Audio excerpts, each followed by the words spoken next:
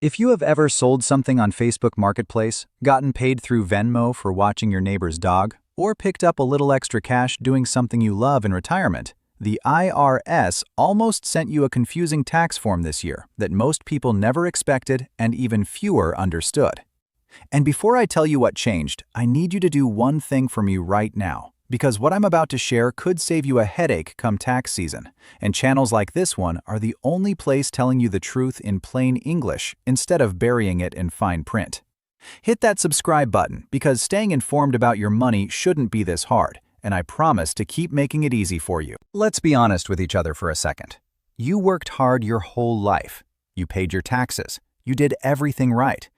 And now in retirement, when you're finally trying to enjoy a little breathing room, the last thing you need is a surprise envelope from the IRS that makes your stomach drop before you've even opened it.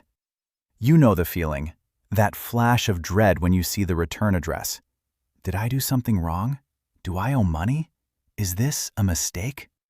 For years, millions of seniors have felt exactly that kind of anxiety over confusing tax paperwork tied to selling a few things online or picking up small side income through payment apps like Venmo, PayPal, or Cash App. And honestly, you deserve better than confusion.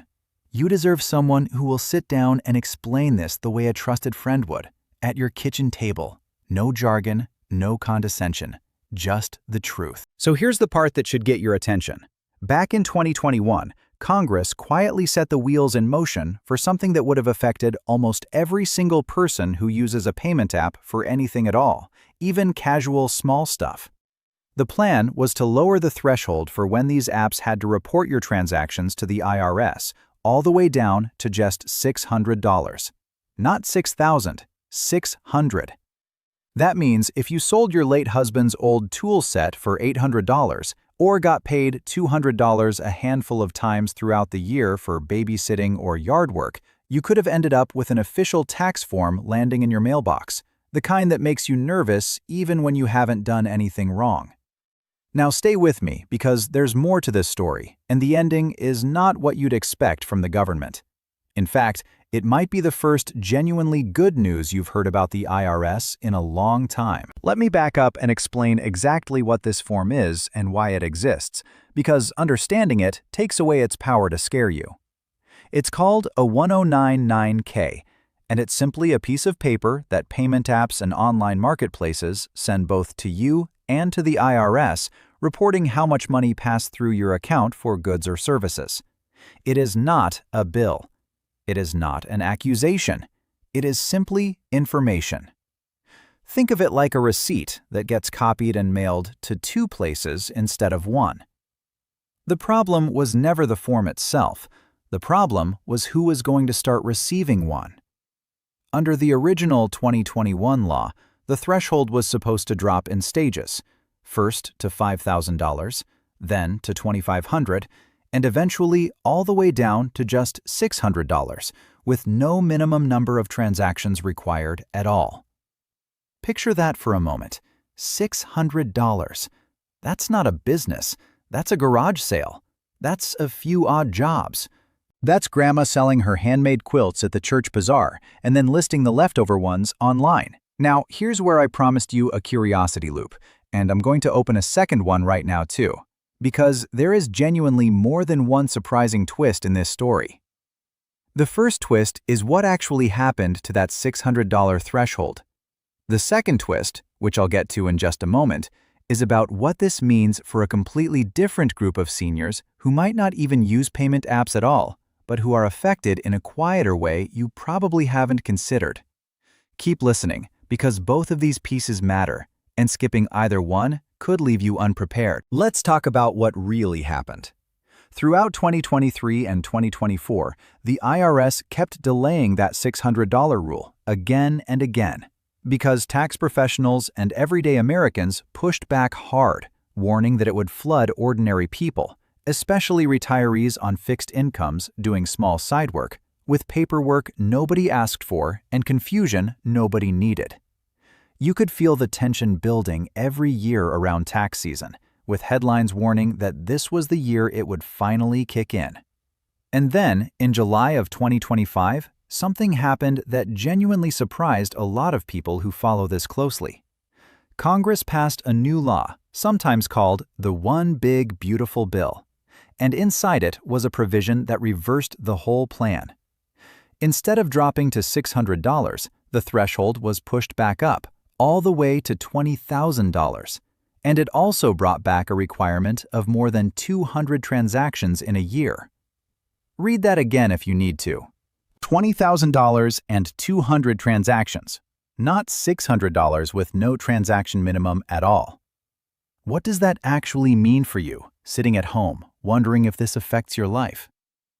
If you are not running what amounts to a real small business through these apps, if you are just occasionally selling furniture you no longer need, splitting a dinner bill, getting reimbursed by a friend, or picking up the occasional bit of freelance or gig income here and there, you almost certainly will not receive one of these forms at all now. The paperwork panic that so many people were bracing for has been pushed back to where it used to be before all this started in 2021. That's not a minor technical footnote. That's real relief for real people who were dreading tax season for no good reason. But I promised you a second twist, and here it is. Because this is the part almost nobody talks about, and it matters just as much as the first. Even though you might not receive a 1099K form anymore because the threshold went back up, that does not mean the income itself became invisible or untaxed. Here is the part your neighbor probably does not know, and it is important enough that I want you to really sit with it. Whether or not you ever get a form in the mail, you are still legally required to report income you earned from selling goods or providing services, even if it's modest, even if it feels like just a hobby.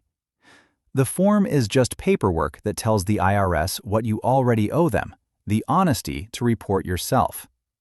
So the real gift here is not that the income disappeared. The real gift is that millions of seniors just got spared a confusing form for money that, in most cases, was never taxable to begin with anyway, like personal gifts, reimbursements between friends, or selling your own used personal items for less than you originally paid for them.